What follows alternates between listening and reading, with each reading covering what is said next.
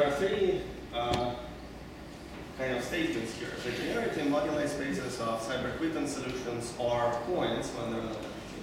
Then there is a virtual dimension, which of course exists in general, and given the number either positive or negative, so 0 is not a special place here. And then there is an actual dimension. But what you should take away is that in good situation, when analysis is manageable through perturbations of the metric and what we call eta, perturbation of PDE, all of these three notions are in harmony with each other. Namely, the actual dimension and the virtual dimension coincide, and moreover, the moduli space, and moreover, it has to be equal to 0 for solutions to exist. So these are cool situations for, what are the four manifolds for which this works? This is some analysis. Yeah, this is the result of some much harder analysis that I wasn't presenting or I was really hiding from you. And these manifolds for which this is the case are called manifold of simple type. These are the types where all these three notions are in harmony with each other. So then, in order to ask for which choices of lambda shall I try to solve my PDEs in order to find non-trivial solutions, and moduli spaces, this formula immediately tells you. So you should solve it when lambda is equal to 0. And here we're talking about case with n equals 1. I'm going to be erasing everything, but this is the case for n equals 1. So those lambda for which you solve this equation, so this is a condition on a bunch of integers which parameterize your, say, second homology. If your homology is 50-dimensional, you have a bunch of choices. You have this 50-dimensional lattice. And it basically says that in this 50-dimensional lattice, norm of vectors with respect to inner product on H2 has to be fixed by this equation in order for moduli space to be non-empty. So this gives you also a condition on lambda. And this lambda for which this holds are called basic class conditions. So corresponding lambda are called basic classes. This is some jargon or some terminology from real analysis of this problem. It's much more serious than we're discussing. It wasn't needed for us, but I just wanted to clarify, since one question was how does this fact that moduli spaces are generically points matches with this formula? So what I'm saying is that you can use this equations, this formula, in order to determine when you should expect non-empty moduli space. If your manifold is not of simple type, then you're on your own. Again, that's a hardcore analysis. You have to study it's in much more careful detail, even on the basic cyber-equivalent problem.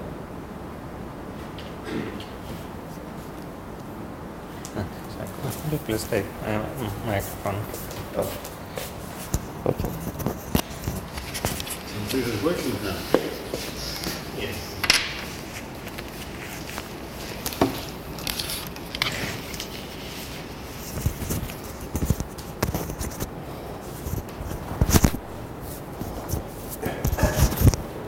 Okay, I hope it works. All right, so. How many are there?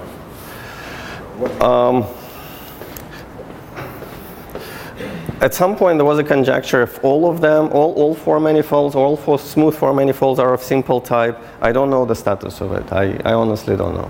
So this conjecture was around 15 years ago. I don't know if now it's proved. I mean, I'm sure there are developments, but I'm not an expert. Like I said, one bottom line here was that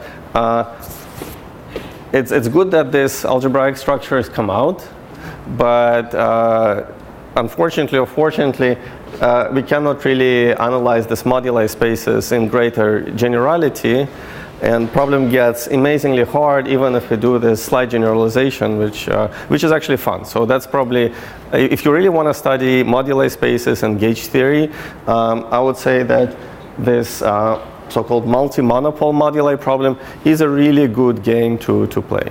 So that's good warm-up exercise for many things. Another question that appeared was, in what sense this SUN or equivariant with respect to its maximal torus integrals have anything to do with Nekrasov partition functions. So these are baby examples of Nekrasov partition functions, because Nekrasov partition functions depend on two additional equivariant parameters which have to do with symmetry of the four manifold itself. So in toric cases, when four manifold is toric, you can introduce additional equivariant parameters. There's epsilon 1, epsilon 2, and you'll have analogous equivariant integral, which will be function of more parameters. Here, these are not present because this is supposed to work on any four manifold. But as far as dependence on ZIs, it's very similar to what happens in Nekrasov type integrals, and therefore it's a exactly good kind of toy model for that. That's why the structure that came up in the end, this integral, is rather simple. So we have this sum of inverse products. And prefactor is Seiberg-Witten invariant. So as a result, what happened is that we have topology sitting here, and until we made this generalization to multi-monopole problem, we really didn't see the fact that it's realized in some, or it has anything to do with vertex algebra. So the generalization to non-trivial n gave us a way to see that the answer or this problem has anything to do with vertex algebras. Okay.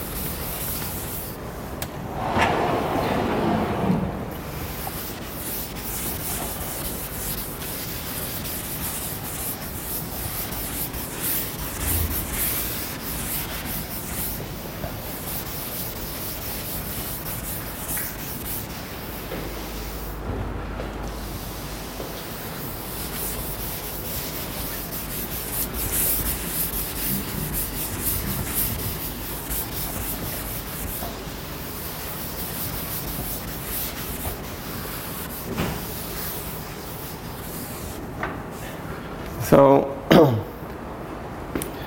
I'll continue with some surprises, and for a second I won't do it in as much detail as surprise number 2.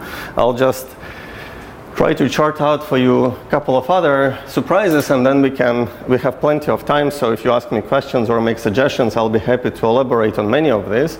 I just want to give you roughly plan where I want to go, or I was planning to go, but again, I'm happy to deviate. So I didn't plan to say much about this topological modular forms, because that will require some introduction, and it's an interesting subject, but unless you ask me or tell me, I won't spend too much time. I plan to spend most of the time on this vertex algebra associated to four manifolds, which is something that we investigated together with Boris and others quite a bit, and continue to investigate. But I'll try to tell you a little bit about this other algebraic structures and other moduli problems that naturally appear. So again, the common pattern that I want to emphasize is this surprising appearance of this algebraic structure.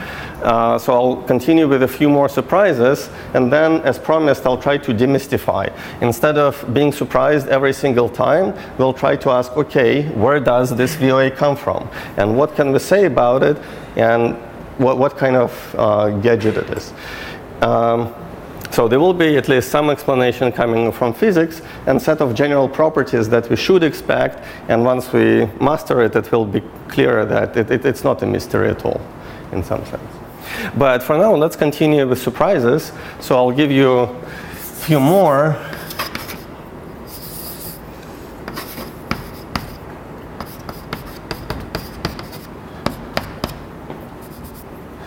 So surprise number 3, if you wish, is the following. So we talked about 4 manifolds quite a bit. So then we can talk about, ask what about 3 manifolds and how we can see other things. There is some gadget which associates to a 3 manifold a topological invariant which takes values in Q series with integer coefficients. It's interesting in its own right, called Z hat. I'll tell you the definition of this invariant a bit later.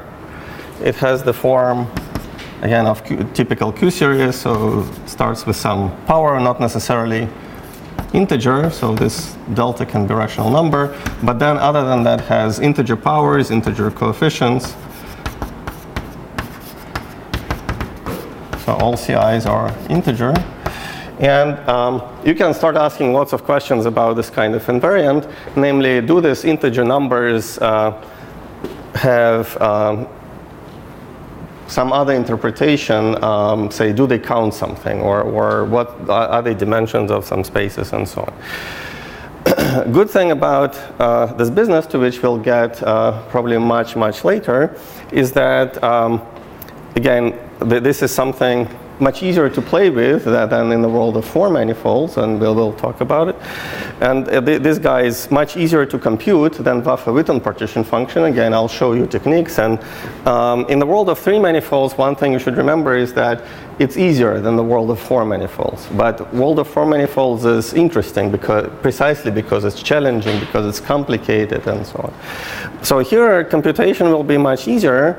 And even though these invariants are fairly recent, what will happen is that we'll compute them in many cases, and there will be an analog of this surprise number 1. So you just go ahead, you compute them, they're defined by topology, but then they happen to be characters of various logarithmic vertex algebras. So this comes as a surprise. So but first of all, it's a new direction. So before, all invariants connected with modular space of some instant or something like that. Here you can. They are not. You can also phrase it in that way. I'm not sure if how much I'll try to say about it. You can actually also define them as some solutions to PDEs on a 3 manifold. So that one can do. Yeah. In all of these cases, there are some moduli problems involved. Yeah. Here. Yeah, here also. And I'm not sure how eliminating it is, so therefore I can invest time discussing it, but whether this investment bring any dividends, I cannot tell. But what's interesting is that, well, there are various other constructions which are simpler combinatorial ways to build this invariance.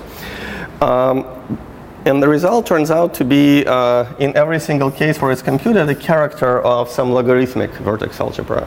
So to me, logarithmic vertex algebras are much more mysterious than, say, unitary or rational VOAs that appeared here in this story due to Nakajima, Yoshioka, and a couple of other examples analyzed by Waffe and Witten. So therefore, this surprise number 3 should be viewed as analog of this surprise number 1. And so here, I'll be able to say why this happens and tell you something about this vertex algebra VOA from 4, how we can see it directly. For example, I'll be able to tell you the central charge. And remember, there was this question that not only we want to see the character, we want to have explanation for vertex algebra itself. Where does that come from? So that I'll be able to do. Here, I don't know why. So there is analogous question, why and how? And I think, so this is a good kind of subject of current research. I think it will take time before we fully know this. So, but it perfectly fits in this general theme of surprises. And again, it can be done for arbitrary generic 3 manifolds. So there are plenty of characters, algebras to play with. In particular, question is, does it really hold only at the level of characters, or can you really say that given a three-manifold, there is a way to see the algebra itself? So therefore, I pose this as a question, whether there is analogous, this map that I draw here, it really should be viewed as a question mark. So, can you associate some log VOA to a three-manifold, or is it that we see only some of its modules, or perhaps even less, namely characters? So that's one good question. Another thing that you can do if you have a three-manifold, so I'm going to say a few more surprises related to three-manifold. So this will be surprise number 4.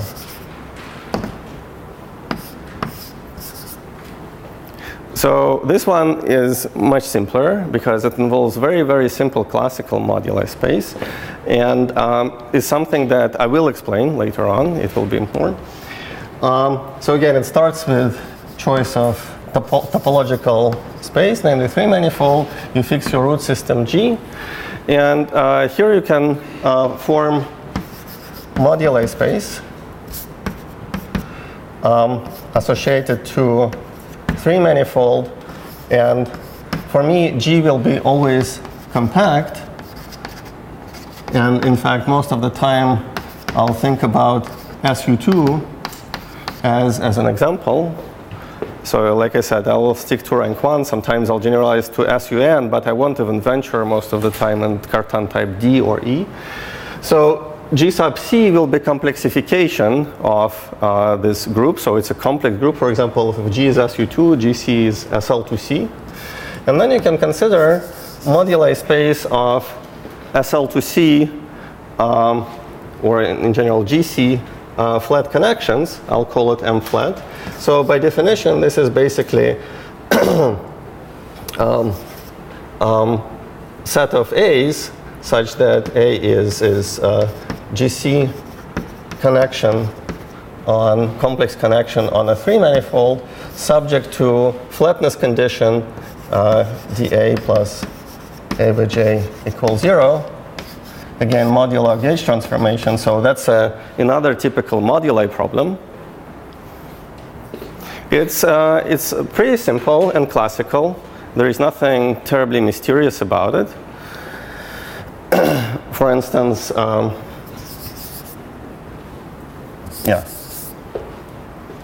in fact, it's much easier in practice than on four-dimensional moduli problems that we discussed. So for instance, if your manifold M3 is minus Brice-Korn sphere sigma 235, 237 is my other favorite example. This is precisely the case when it's called Poincare sphere. And if our choice of G is SU2, then this moduli space consists of 3 points.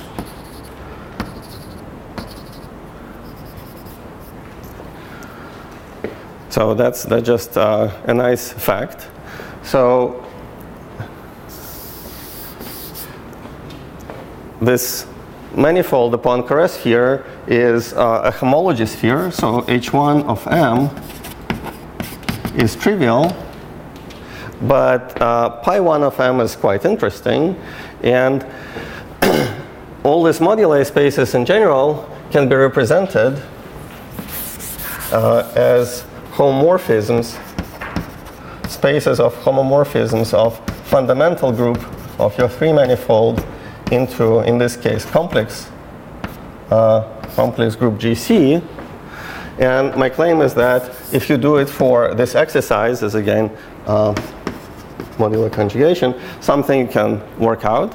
It becomes a question about groups and corresponding homomorphisms. And in the case of Poincare sphere, this will consist of 3 isolated points. What is pi1? Pi1 is, easiest way to think, it's a discrete group of order 120. So you can think of this Poincare sphere as a quotient of a three-ball, or of a three-sphere by this, what is it called, icosahedral group, and so on. It is symmetry of icosahedral. Yeah. Yeah, so that Pi1 is just that, and it acts at x3. So just 1 2-dimensional representation? Huh? I thought that it has just 1 2-dimensional representation. No, it has three. Yeah.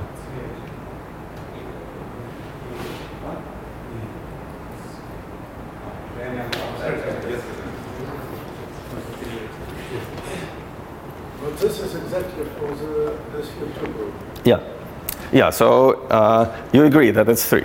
So for SU3 there'll be more, and for SUN there'll be even more, so, or as n grows.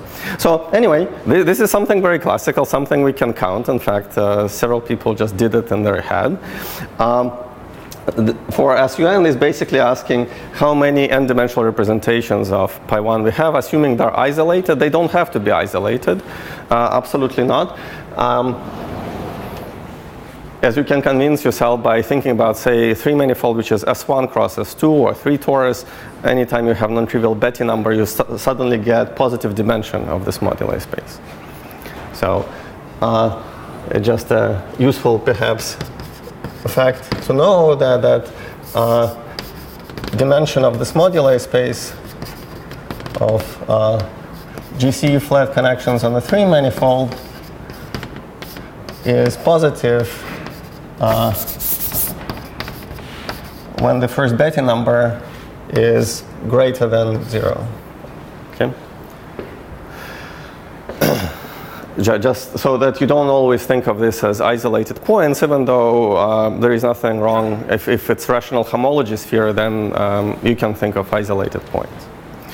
Now, this is very classical. Again, there is nothing terribly interesting or mysterious about it. So again, just like in our surprise number 2, you can probably at this point wonder what could be the hidden algebraic structure. It's so boring that there is nothing hidden, and where could be the algebra other than anything that has to do with G, right? That's the only group we put in the game.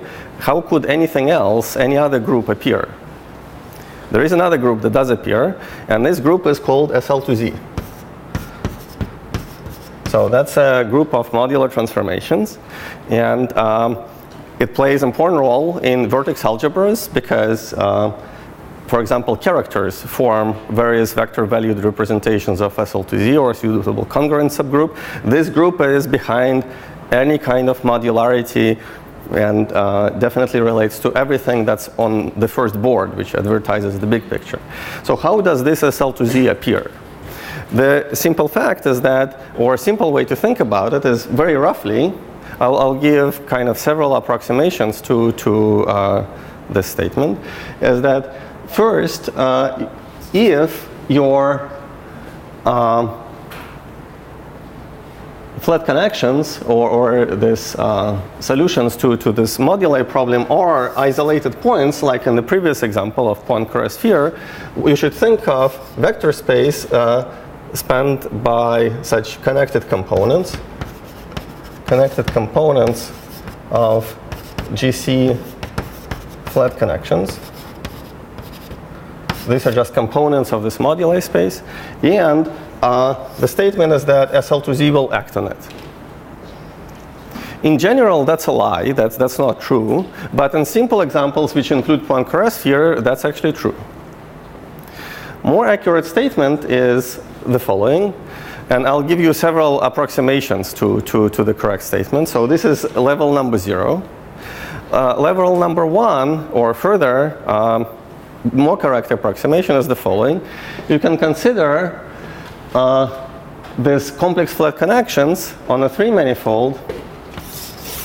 So this is your 3-manifold, and you can generalize the problem to 4-manifold, which is of the form M3 cross R, and you can consider gradient flows with respect to complex Chern-Simons functional on the space M3 cross R, which in the end, if you do this and build Morse complex and so on, will define for you what's called G sub C Floer homology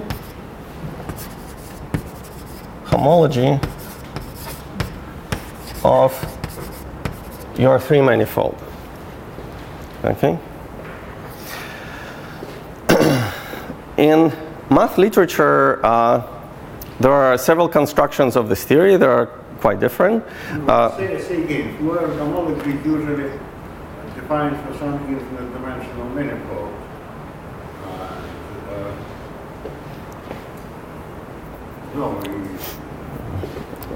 Why infinite? In this case, it is what? Why infinite dimensional? No, Floer homology, by definition, we have some infinite dimensional space where we have Morse functions. Right. Which, yes. That's right. So this space in this case, that's a very good question, will be a space of all, not flat, but all GC connections on your three manifold M3. And Morse functional will be Chern-Simons functional. And we consider gradient flow trajectories with respect to that. So stationary points, critical points, will be exactly the ones where connection is flat. So this will be generators of the complex. So it's very much like this, except that now we're saying that there is potentially a Morse differential on this. So the actual space, this Floer homology of M3 can be slightly smaller. If there is no differential, then it's exactly basically the set of connected components of flat connections. So then the statement is that SL2Z will be acting on this Floer homology. And I was saying that in mathematical literature, there are various constructions of this GC Floer homology. So they use different techniques. For instance, if your three manifold can be represented as a result of gluing, and now we start talking about constructions that involve cutting and gluing of two pieces along, say, Riemann surface sigma. So let's assume that there is such decomposition into handle bodies called. But is it some reason to expect this? A priori not, absolutely not. So that's precisely the point. That's why it fits again this general theme of surprises or hidden symmetries. It's completely non-manifest.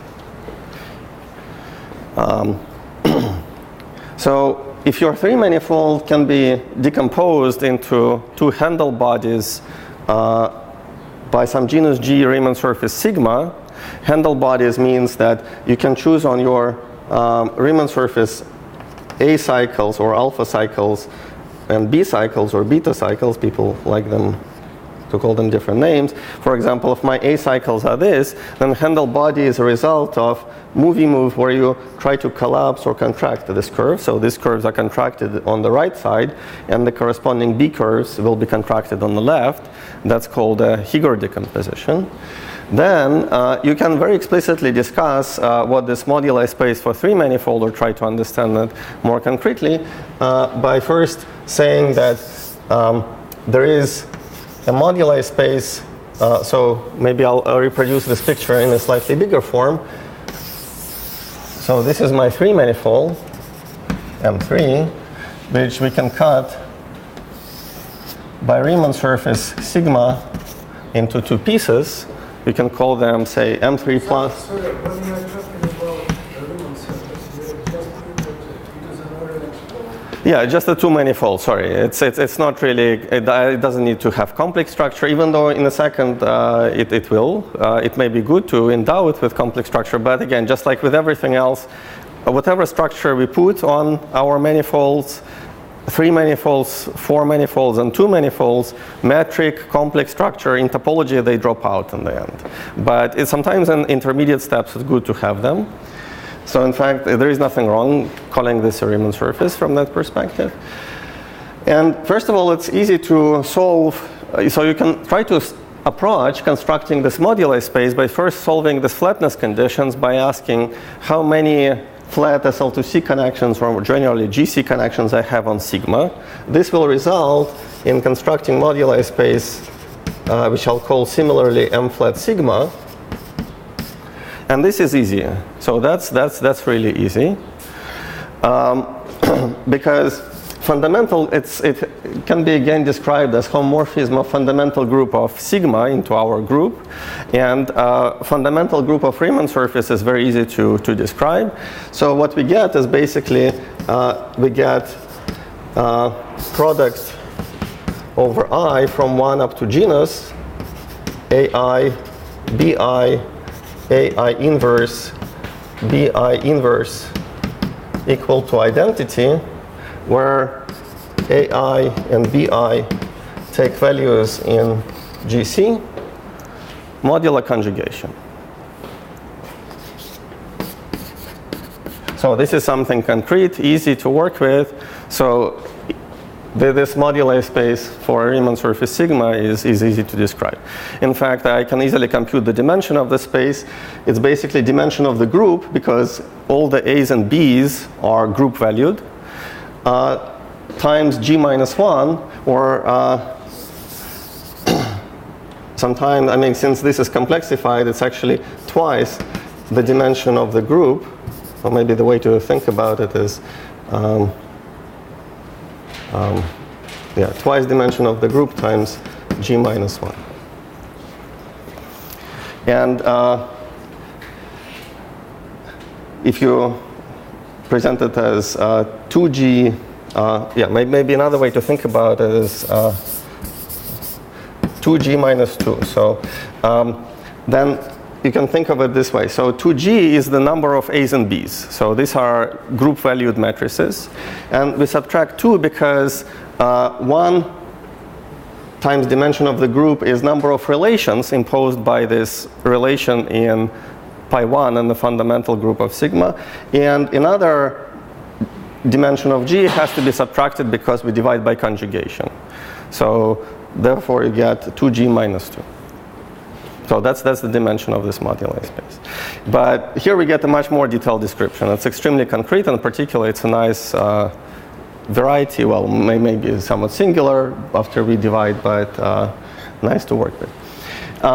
So in this moduli space, so let me draw this moduli space as an ambient space. We can now ask which of these flat connections on sigma can be extended either to the right or to the left. So this gives us embedding of moduli spaces, for example, M flat GC on M3 plus, and similarly for M3 minus, into this space. For simplicity, let me call this L plus, and there will be analogous L minus sitting in the moduli space for sigma. And there'll be, it's easy to see, in general, some Lagrangian submanifolds, mid-dimensional submanifolds, because we're contracting half of the cycles, half of the holonomies will be killed, and roughly you should expect half-dimensional space. And that's indeed generically is true, again, if everything is in generic position. So moduli space of flat connections on the entire thing is more or less intersections of this two Lagrangian submanifolds associated with two parts in the Higger decomposition, L plus and L minus. So that gives a fairly concrete description of the space. Then again, you have to ask, how does it depend on the choice of this Higger decomposition? It may or may not. Of course, it shouldn't. There are various transversality questions. For example, these Lagrangians may not intersect transversely. That happens when first Betti number is greater than 0, and that's actually what we should expect because this moduli space has positive dimension. But anyway, this is a fairly nice problem, in part because the moduli space of flat complex connections on Riemann surface sigma is isomorphic to moduli space of Higgs bundles. I'll call it M sub H. For compact group G and sigma, so this will be Higgs bundles, or sometimes called Hitchin moduli space.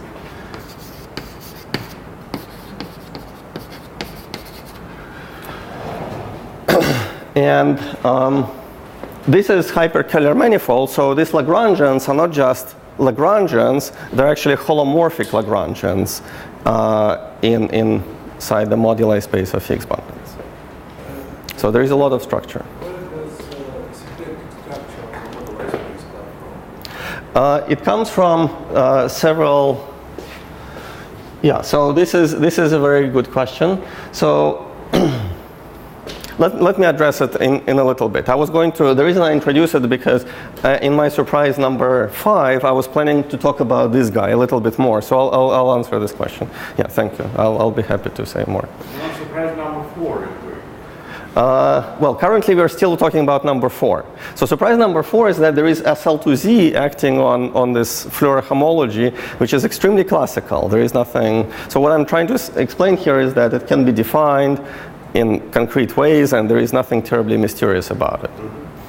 So, and I'm giving you approximations to the correct statement. So first statement was that if we're in a nice position where, for example, these Lagrangians intersect transversely, it will be just a set of points, or even if it's a set of connected components, but there is no Morse differential, just think about SL2Z action on these components.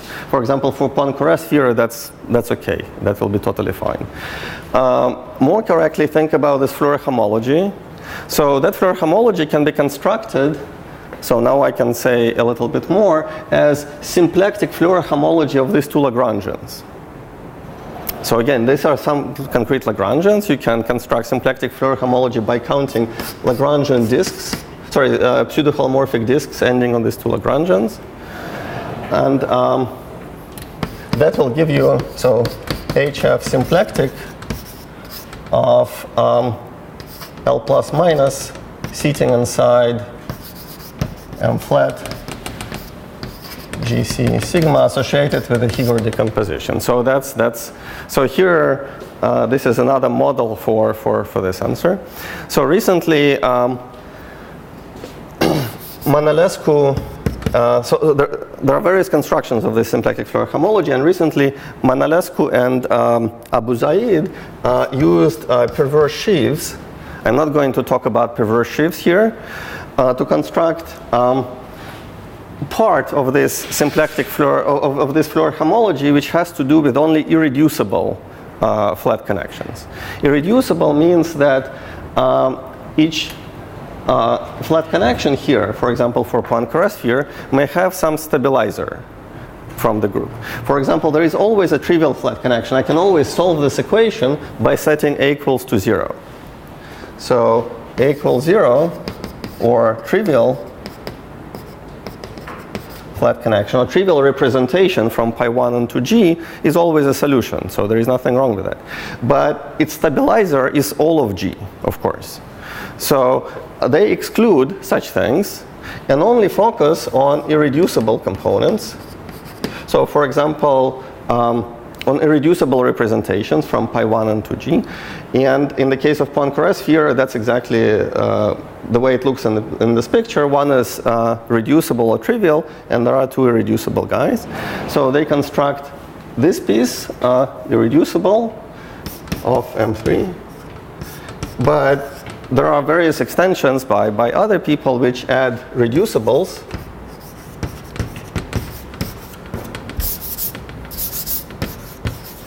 Even though this is more subtle. But then again, if you do this, the statement would be that you still have this SL2Z action. And what's interesting is no matter how you look at this problem from construction of this moduli space, this SL2Z is not manifest. Okay? But SL2Z is supposed to be telling us something. And the third and the last approximation to this problem that I want to say is that a much better way to think about where SL2Z acts from, it's like a sign from God that there is some bigger structure. And this bigger structure is actually the whole tensor category that you can build out of this moduli space, of this moduli problem, associated to 3-manifold again in a group, and the Grothendieck group of that, first of all, is morally isomorphic to this symplectic, to this complex Floer homology, and actually that's where you should think of SL2Z coming from. So if I say that SL2Z now acts here, it will be precisely the SL2Z that modular tensor category requires as part of its data. So this SL2Z is telling us that there is a bigger structure. And again, I will talk more about it, so I'll leave it at this. But as an approximation to what Grothendieck group of this tensor category is, or even tensor category itself, you should think about this complex flat connections. So for example, simple objects in this category will be complex flat connections. And this MTC will appear in several other ingredients. So maybe I'll give you one last surprise for today. It will be surprise number 5, where again SL2Z appears. But about this tensor category, you use this with construction of some kind. On topology, or some other. From topology, this is, I think it's still mysterious. So all of these hidden structures, the reason I'm telling you about them, they're interesting, they're mysterious, they're not obvious. So I don't think we have a good construction. We have, like I say, many constructions of its Grothendieck group, because you can take any of these Floer homologies as a definition. But recognizing the category itself is, requires much more. So I don't think we have a definition. That's one of these hidden structures that would be good to explore, define, but we'll be able to say more about its properties. So how it plays a role or fits with other things. Yeah. Any other questions? Okay. So then let's move on to one last surprise. So surprise number 5.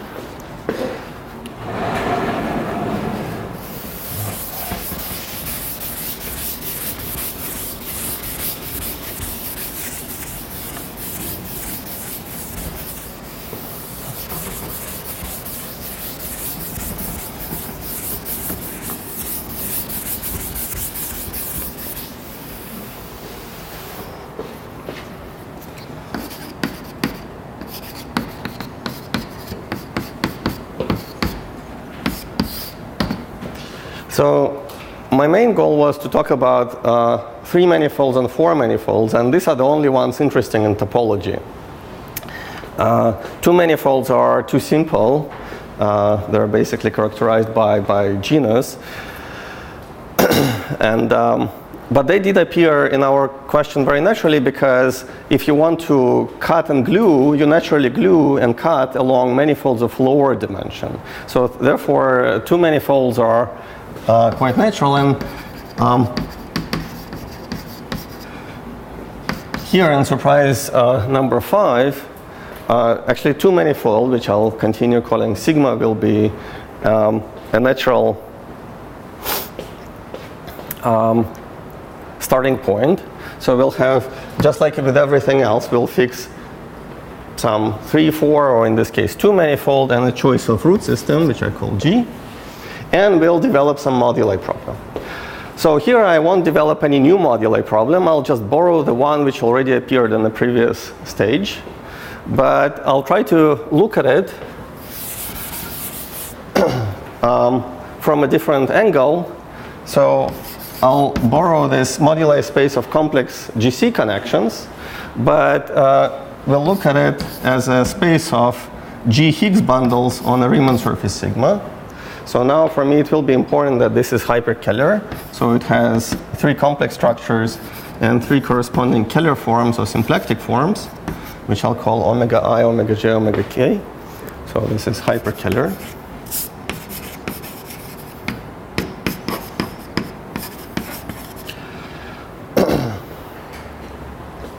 And in complex structure J,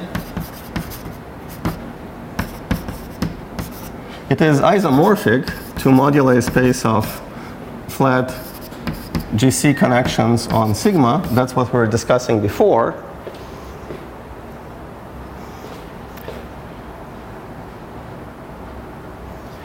So this complex structure comes from a very boring reason. It comes from the fact that my choice of group was complex. So you could ask me, why did I pick here complex group?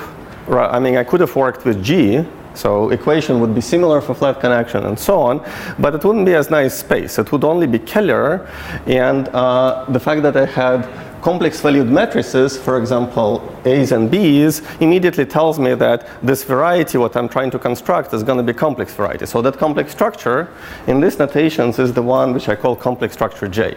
In fact, this is notation of Nigel Hitchen, who introduced this moduli spaces. But he also pointed out that we shouldn't think about this in just one complex structure, that it's better to look at them as hyperkeller varieties, and your natural question is where the other complex and symplectic forms are, symplectic structures are coming from. And that's where the language of Higgs bundles helps. So you can think of this moduli space, MH, as a space of pairs of A, which is gauge connection on sigma, similar to the type that we discussed before, and also one form called the Higgs field. So that's why this is called Higgs bundles. So this is associated with corresponding gauge bundle, which I'll call E. You can sometimes write it as pairs of E and phi. And then this is a joint valued one form, and E valued one form on sigma, which satisfies certain equations. So then there are certain equations. I'll just write their name. So they're called Hitchen equations. Similar to Seiberg-Witten equations, Vafa-Witten equations, and many other PDEs that we considered earlier today. So this is very much like our problem. In fact, in Vafa-Witten system, I pointed out that moduli space is non-compact because of this additional ingredient. Here it's also going to be non-compact. It's precisely because of this sigma. So we can analyze asymptotic regions, asymptotic behavior, and so on. This space itself can actually be realized as infinite dimensional hyperkeller quotient of space of all connections and all one forms, and think about these equations as moment map conditions. So these Hitchen's equations are moment maps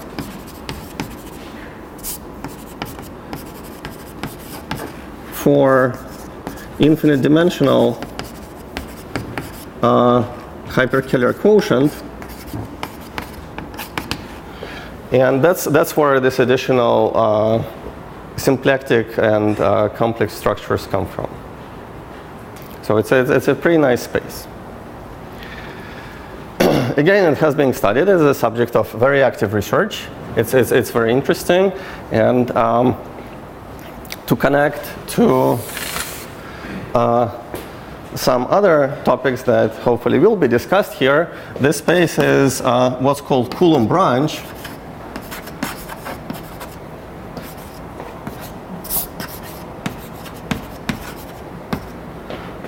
of 4D n equals 2 theory.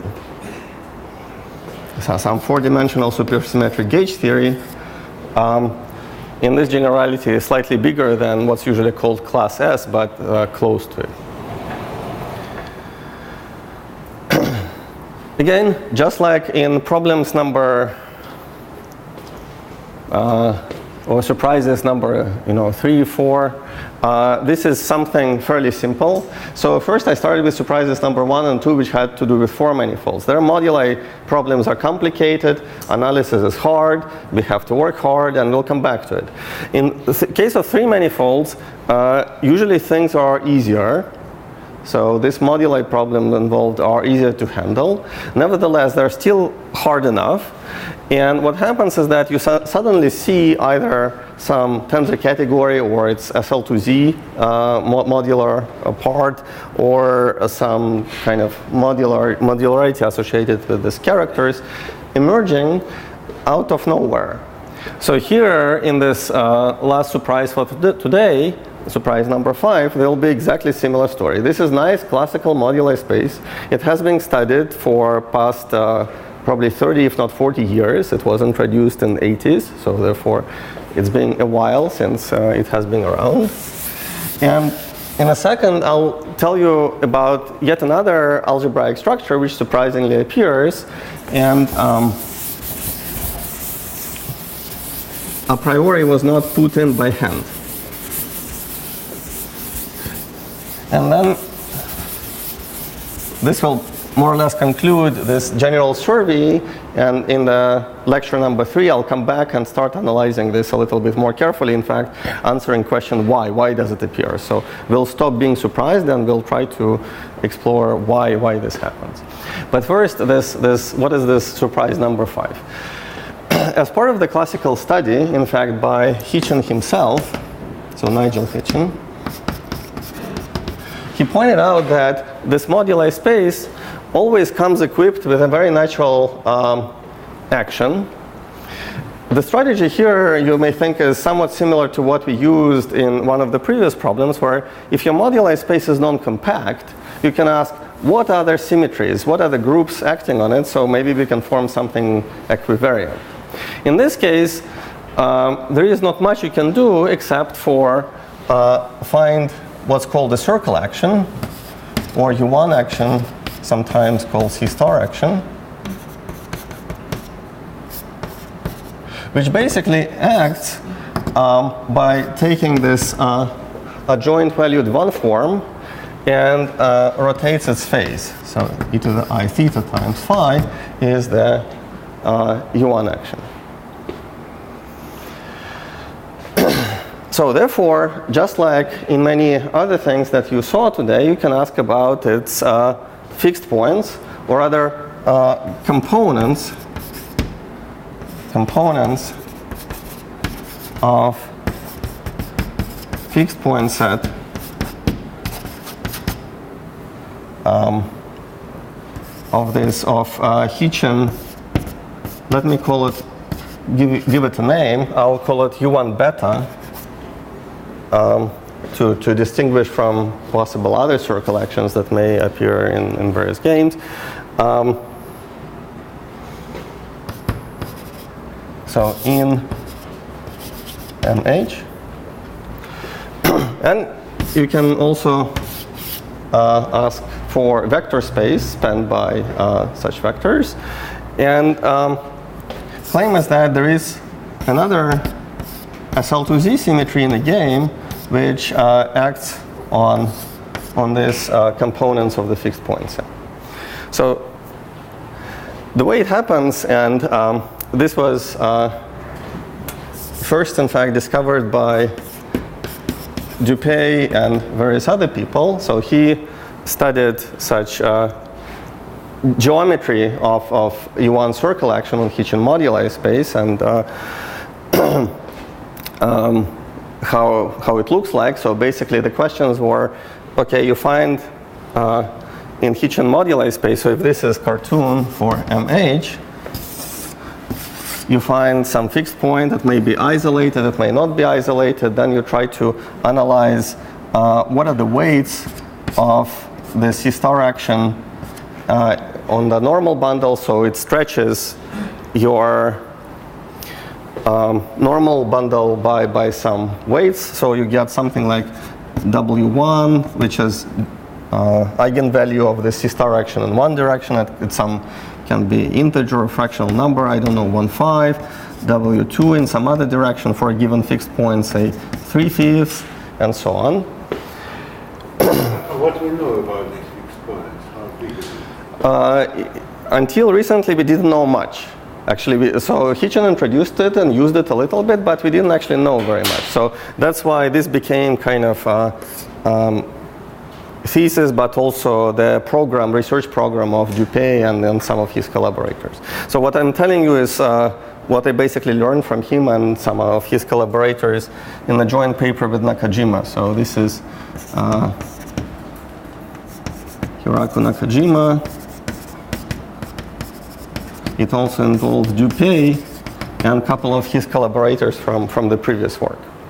So what? I had picture in my mind that this space A5 is not space of connection but potential bundle, and that this action is just multiplication of fiber. Yeah, Concept of what? exactly. That's what I was going to say. So what you said is a good picture, but it's a lie. It's not a big lie. It just says that you can indeed ask for bun G, the space of G bundles, basically forgetting phi, how it sits inside MH. It's a submanifold. In fact, if we manage to satisfy these equations, then setting phi to 0 will also produce something, and that's precisely bun G. So in fact, what you're saying is indeed quite accurate in some sense, that T star bun G sits here as a component, as an open subset. So it looks like a tangent bundle, and I think you can classify cases where it's closed, and in what codimension you have to start correcting it. But it's not true in general. For example, it's not even true that mid-dimensional homology of MH is generated by bun G. It's just... Is that, this is not the modular, this is not what we call the modular space of either G bundles or Higgs bundles. It's the modular space of semi-stable Higgs bundles, which is not a modular space. So the modular space of semi-stable objects is never a modular space. Yes, so... It doesn't answer to any modular problem. So it's important. So what we're saying here is that because of the stability conditions, you have, these things are different. That's absolutely correct. Yeah, what about the simplest example, when a Riemann surface is torus and it's a curve, yes, and G is SO2. Yeah, so I can analyze that example. So indeed, that's a good question. In fact, what Sasha said is also true, and that should be made as a point in all of my 5 surprises. So all of these problems are horribly stacky. So we quotient by gauge symmetries. So therefore, we have to worry about stability conditions and stackiness and perverseness. That's why, even in this problem, even if you try to define something as simple as SL2C Floer homology, you have to work with perversion. So again, point of this beginning of this lectures is that if you really want to do this moduli problem, they're horrible. They're hard. Yes, and by the time we go to 4 dimensions, now there is no surprise, hopefully, or if I convince you, there is no surprise. We don't know Waffe-Witten partition function in more than 10 cases, precisely because of this, because of these issues. So that's in fact very important. So the stackiness won't be as bad, and will just be quotient singularities in the example that you want. So in case, so this is a separate remark. So it sits as a open subset, but it doesn't describe it quite well. And in this case, maybe indeed before I go to example, you're absolutely right that C star is just stretching the fibers of this cotangent bundle. So that's fairly simple. In this case, component of the fixed point set is bun G itself. So you would be absolutely right. That's one of the components. So that's one of the things that we put in here. But let's look a little bit more carefully at sigma, which is a torus. And in fact, if you allow me, I'll add one ramification point, one puncture, to make things nicer. I'll tell you why. And G is going to be, for example, SU2, but it can be anything. Then these equations are very easy to solve. So we know that in one complex structure, moduli space of Higgs bundles, if it's still here, is moduli space of flat connections for complex group. So that in turn is characterized by representations from pi1 of sigma into our complex group, which is for G going to be SL2C. Fundamental group of sigma is easy. It's Z on Z associated with 2 non-trivial non-contractible cycles. In particular, it's abelian. So therefore, we can bring this SL2C matrices in commuting diagonal position where they're characterized by eigenvalues. And what we learn is that this moduli space, or at least flat connections, but you can start thinking about MH, is basically C star cross C star divided by Z2, which is the Weil symmetry of SU2. So that's how it looks like. sitting in here, there is S1 cross S1 over Z2, also known as a pillowcase. This is a real torus divided by Z2, and that's bund G. That's a space of G bundles or SU2 flat connections, and it sits somewhere here. But the way the space actually looks, it looks as kind of like a tangent bundle, if you think about this C stars as radial directions, to the pillowcase, which is this quotient of a torus with 4 C2 mod Z2 singular points. So each of the singularities is of the type C2 mod Z2. It's LE space, and we talked about resolutions of such singularities earlier today. And if you blow it up, if you resolve it, what you have is, well, maybe I'll leave this picture the way it was and draw another one. So resolution leads you to a picture which looks as follows. You have bund G, which has one copy of CP1 sitting as one component, and you have 4 exceptional divisors touching it at one point. So the intersection form, so in this case, H2 of MH is actually 5-dimensional. It's Z5, and its intersection form is of a fine D4 type. So this intersection form is exactly as the picture illustrates. So that's a cartoon for what the space looks like. So in particular, it's not even true that H2 is generated by bund G. There are a lot more classes in there. But anyway, I'm running out of time, so I should finish soon. And what I want to say is a few words about this SL2Z. So what is going on? You can produce, or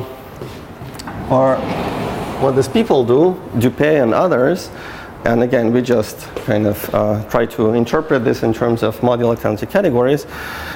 You start with the data of a very classical geometry. So you look at how your C star action, this Hitchin U1 action, acts on normal bundle to every component of the fixed point set. You get some eigenvalues which correspond to stretching these normal directions in various ways.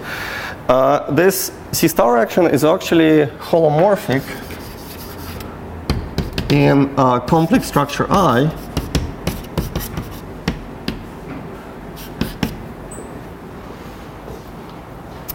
And therefore, you can ask for corresponding moment maps of the, I mean, it's Hamiltonian with respect to omega I. So you can ask about the corresponding values of moment maps. So for each component of the fixed point set, you get the following data: the weights acting on a normal bundle and the moment maps.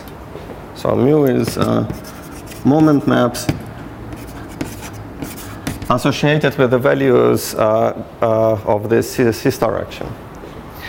So then these are some numbers, some random numbers. And the point is that out of these numbers, mu's and w's, you can compute them, and they look like random junk. But actually, there is a complete systematic procedure which allows you to take this mu and w, let's say WAs, for all components of fixed point set for this U1 beta or C star fixed point set. And given all this data, you can rearrange these numbers into elements of matrices. S is a matrix and T is some matrix. And again, I'm running out of time, but I can give you example perhaps next time or at some point how this map goes. So you basically take this data and construct corresponding matrix elements such that these matrices will satisfy everyone's beloved equations that ST cubed is going to be plus minus 1 and same for S squared. So these are S and T matrices realizing this SL2Z representation, and the statement is that there is actually a modular tensor category behind. So I don't want to spend more time on physics, and maybe it's best if I say it now, even though I'm running out of time. So what is the physics of this modular tensor category? What is here? On the left-hand side, you have just structure of tangent spaces. Okay, yeah. Two components. It is, and then it is some way to construct S and T. Exactly. Yeah. So there is explicit machinery, something concrete procedure that allows you to take these numbers, which again to me would look like total junk. They're like rational numbers in general, nothing terribly interesting. But what there really is, surprisingly, and this is 1, 5, and 3 over 5 is what appears in this case. well, I just 1, 5, and 3 5s is like illustration of what it could be. In what case it is when they appear Huh?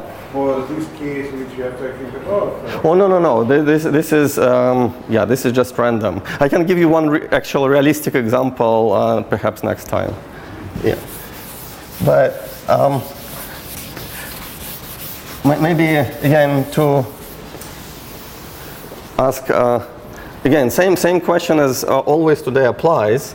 So why? Why the hell something about classical geometry of this fixed point set knows about SL2Z? So this SL2Z is completely hidden symmetry. So this is one of these hidden structures that we're discussing. And these fixed points are not flat connections. Well, the entire moduli space is space of flat connections. Yeah. So for example, yeah. So here it would be two complex dimensional surface. If I do this blow up at some cubic surface called Kelly surface in C3. So all of it, all the points on the surface are flat connections. But some of them are better than others because they're preferred by this U1 or C star action. So again, what's the conclusion? Just, I mean, the surprise. What is the surprise? The surprise is that SL2Z acts on the set. Yes, yeah. The surprise is that these numbers that have to do with it's classical geometry. There is nothing quantum, nothing magical. You can just go ahead and compute. And surprise is that these numbers are not random. They're encoding matrix elements of S and T. So why? There is no SL2Z, no S and T in the game originally. But anyway, in this example, it is some 5-dimensional representation of SL2Z. Yeah, it's right. It should be. Yeah.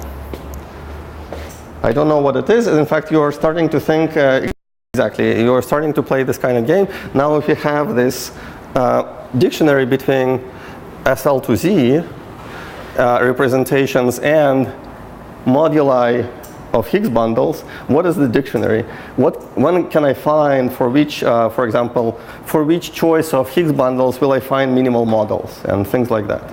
So think about this SL2Z action as, again, before, Grothendieck group of some modular tensor category. Okay?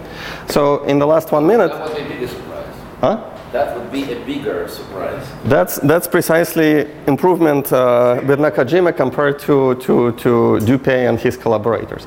So what Dupay did with his collaborators, he analyzed this geometry, he found the SL2Z representations, and we claim that there is the whole modular tensor category. This is actually, it can be categorified. So claim, I mean, is it a conjecture or is it actually constructed? Of course it's a conjecture, but I'll give you very believable reason for the conjecture. In fact, I already said all the key ingredients. So this space is a Coulomb branch of some 4D n equals 2 theory. When you Coulomb branch, you mean on R4? On, sorry, actually that's a good point. After you reduce it on a circle, on S1 cross, say, R3.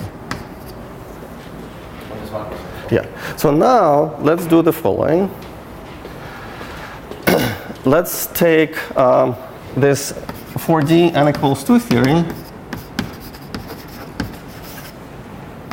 on a 4-manifold, which is of the form S1, because that has to be relevant on a circle, but put it on a general 3-manifold. So in other words, what we're trying to do, we're trying to construct a TQFT out of it. So there is a procedure.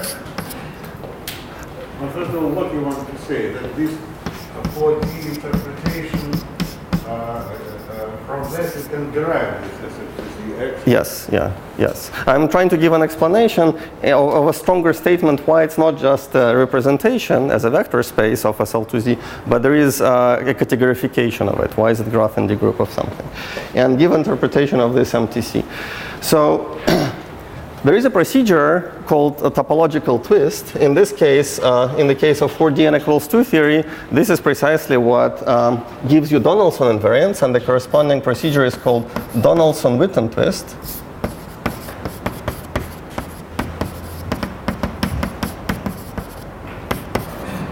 Which is an operation that can be applied to any 4D n equals 2 theory. So Donaldson invariants arise when this theory is just pure super Yang-Mills, but in general one can study more interesting theories, and perhaps Tomoyuki will mention some examples, such that it can be put on any 4 manifold.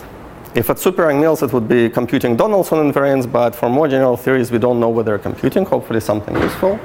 But here we want to put it on a manifold of the form S1 cross M3. So then what you get effectively is a 3-dimensional TQFT on a 3 manifold, which is something. So it's associated to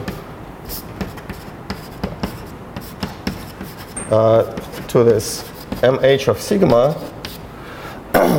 Morally, it's a 3-dimensional sigma model whose target is MH of sigma.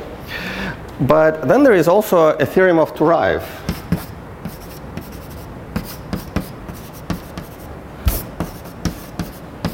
which says that in the world of 3-dimensional TQFTs, if you give me modular tensor category, I can construct for you a 3D TQFT, and under some conditions even go back. Morally, what this modular tensor category is, it's what 3D TQFT should associate to codimension 2 objects. Remember that 3-dimensional TQFT, or any TQFT, is a functor which associates numbers to spaces of highest dimension. So to 3 manifolds, it would associate numerical invariants. It would associate vector spaces to codimension 1 spaces, namely Riemann or two manifolds. And it would associate categories to manifolds of codimension 2, in this case circle. So to a circle, this TQFT, so how shall I say it? This modular tensor category is a result of taking this 3D TQFT for S1, which is just a circle. Codimension 2 object. That should be a category in the a T-Siegel axiomatic definition of TQFT, and moreover, it in this case should have some structure of braiding, fusion, and so on, which eventually gives rise to this restructure. So according to this theorem of Turaev, you basically should think of 3D TQFTs and MTCs are close cousins. So this MTC is algebraic structure behind any 3-dimensional topological quantum field theory. And the claim is that since we started with something that can produce this TQFT, we can basically get modular tensor category out of it. And claim is that that's the one which gives you the categorification and this SNT matrices. So anyway, I'll stop here. Thank you.